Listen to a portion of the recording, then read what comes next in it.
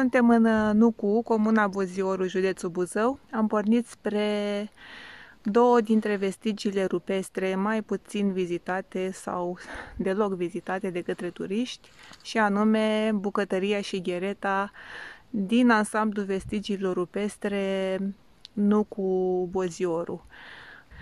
Am lăsat mașina la o intersecție care duce spre biserica din Nucu. Practic treceți pe lângă biserică și pe lângă cimitirul din sat și țineți drumul prima dată către schitul Fundătura și mai apoi lacul Mistreților, Ghereta, Bucătăria, undeva în adâncul pădurii. Este de preferat să veniți cu o persoană care cunoaște zona și a mai venit, pentru că altfel aici nu aveți semnal la telefon și în cazul în care vă pierdeți va fi destul de greu să vă descurcați.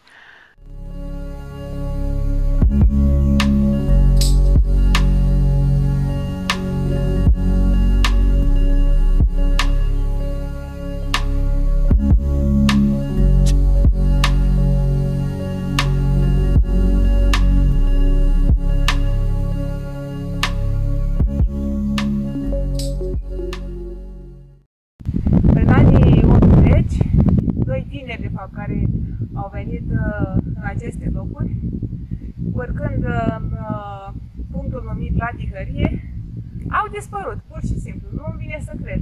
Ți-e vine să crezi? Da. Cum este oare posibil? Eu sunt încă aici, mă vedeți, nu?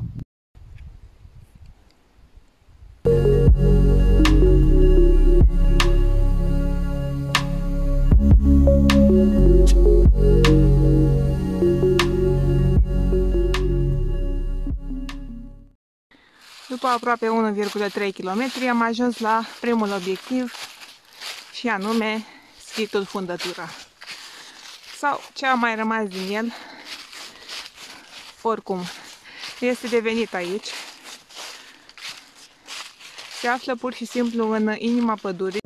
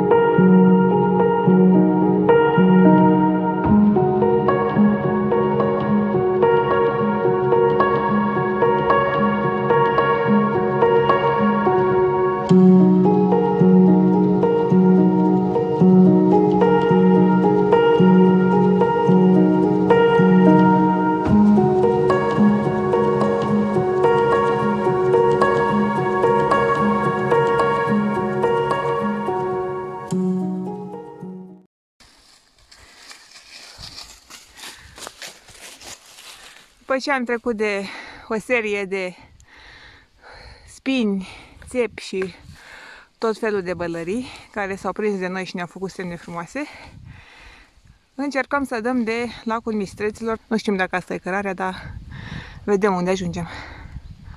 Iată că am ajuns într-un final și la Crucea Spătarului. Nu am mai fost aici din 2014, de aceea era oarecum puțin dificil să mai știm drumul. Aici sus și pe vârful Țurtudui n-am mai urcat de ceva vreme. De ce se numește Crucea Spătarului? Deoarece a fost ridicată de către spătarul Cristea în 1821 ca semn de recunoștință pentru faptul că aceste locuri l-au apărat în timpul năvălirii turcești. Și se mai spune că aici, chiar sub această cruce, ar fi îngropat o comoară. Bineînțeles, nu a fost găsită niciodată. S-ar spune că este o comoară blestemată.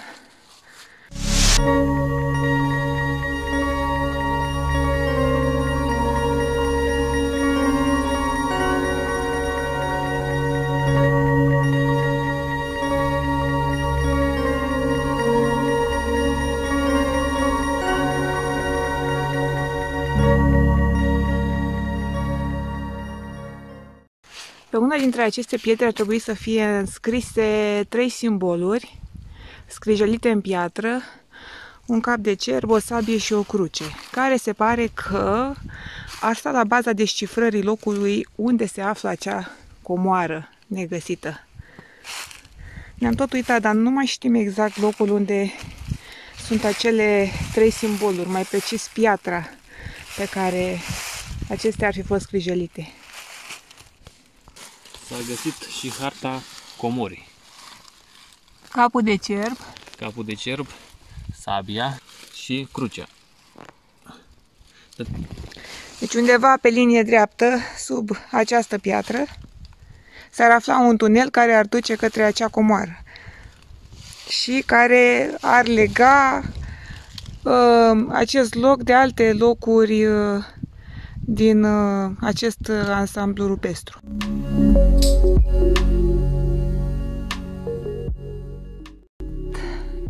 Imediat sub crucea spătarului am mers spre stânga foarte puțin. Ne-am coborât pe fund mai mult.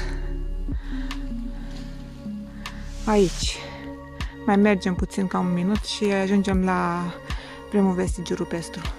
Și între timp am găsit și această ciupercă. Nu știu dacă e comestibilă, dar îi fac poze că e tare frumoasă.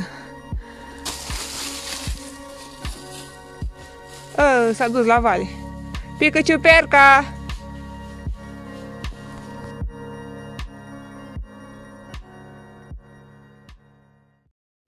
Am ajuns la Ghereta.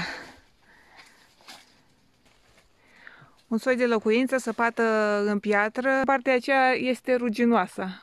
Dacă te uiți... La ruginoasa un alt ansamblu rupestru, dar este puțin mai greu de găsit decât acesta. Să văd urmele cu dăltuiri, ușii ce-au fi fost aici. Ai grijă. Așa. Treptele. Dacă trepte.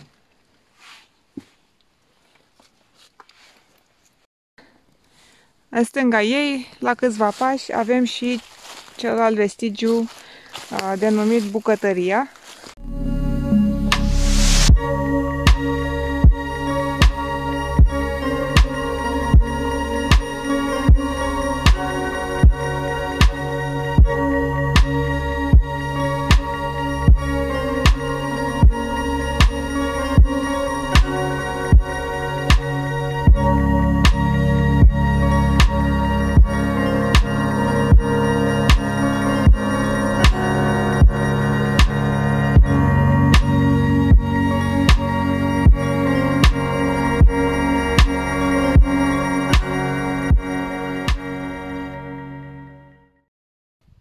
Iată că am dat și de un marcaj, bandă roșie,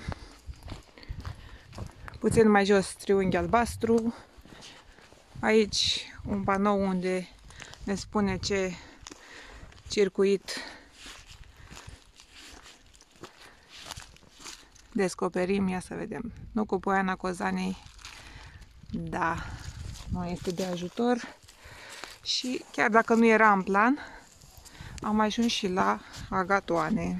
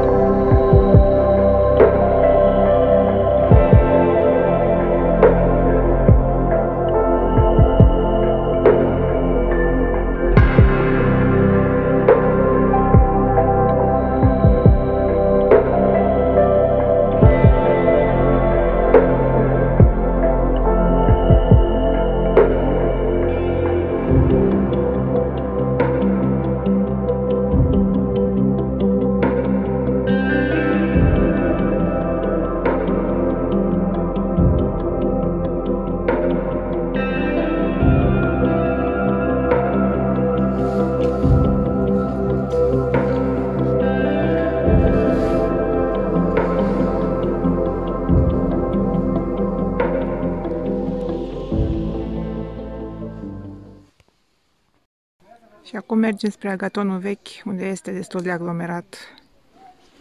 Așa că o să trecem destul de repede.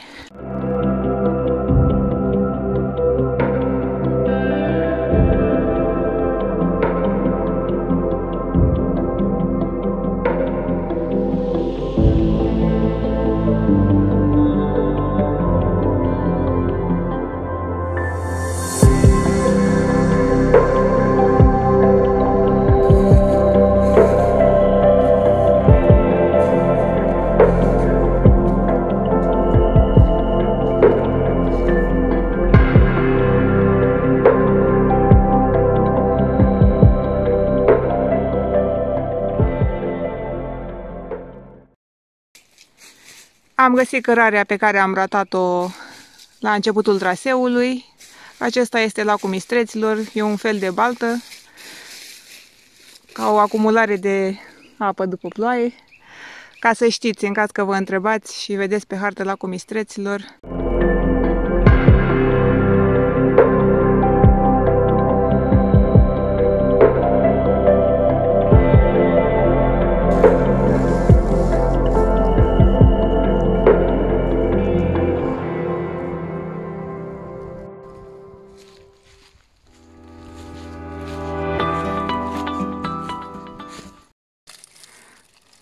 Întrerupem emisiunea pentru un anunț de ultimă oră. Am găsit un pâlc de ghebe și nu una, două, ci cu zecile. Bogăție.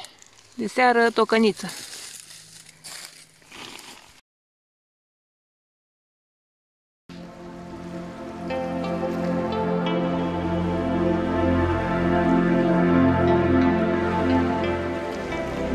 Mai țineți minte omul cu geamantanul de pe Moldoveanu sau, mă rog, prin munții Făgăraș? Uitați-l, acela este. Numai că acesta are o sacoșă care este plină cu ciuperci. Și ăsta-i dansul fericirii, că nu se întoarce cu mâna goală acasă.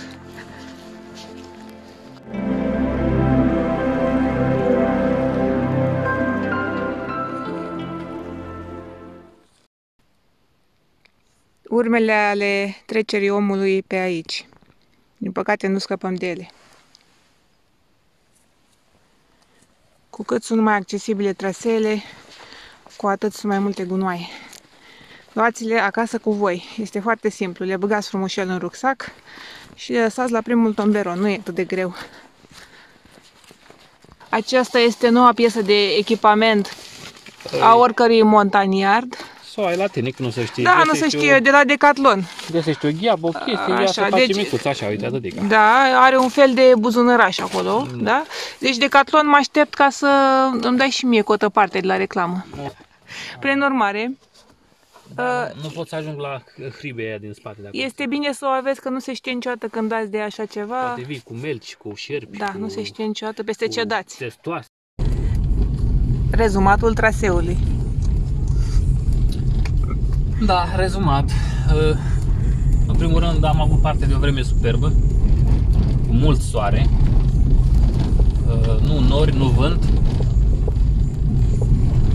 Am avut parte și de un pic de aventură. Am ratat traseul și am bălăurit pe niște boscheți. Ca de obicei, busola ne-a scos mereu din necaz. Am găsit și ceva ciupercuțe, posibil cribi. Vedem de seară confirmarea dacă sunt sau nu. În funcție de cine îi testează. Da, bănuiesc că tot eu trebuie să-i testez. Și dacă nu mor până mâine, mănânci și tu. Ca de obicei. Așa. Ce să mai zic? Cam atât. O mini-aventură așa.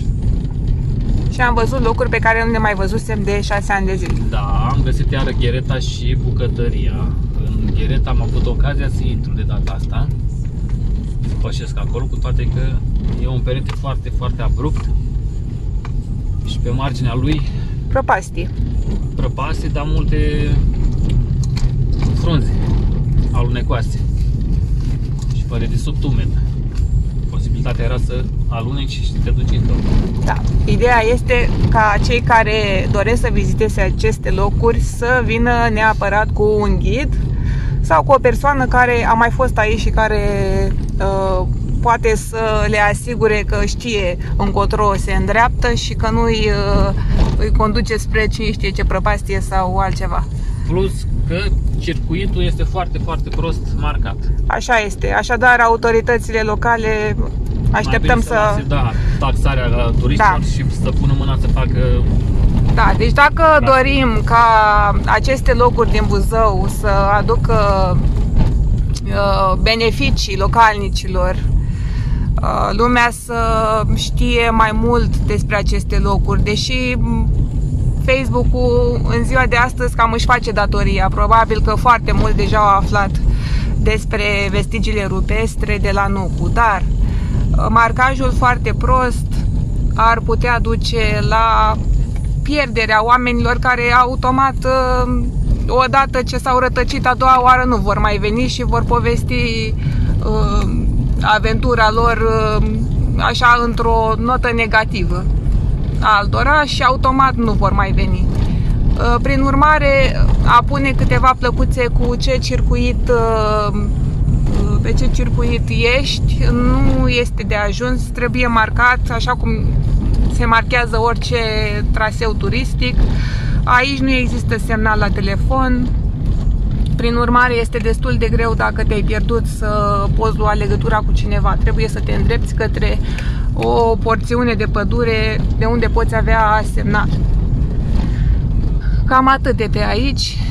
Fiți cuminți și ne vedem data viitoare. Și stați afară. Și da, stați afară, nu în casă.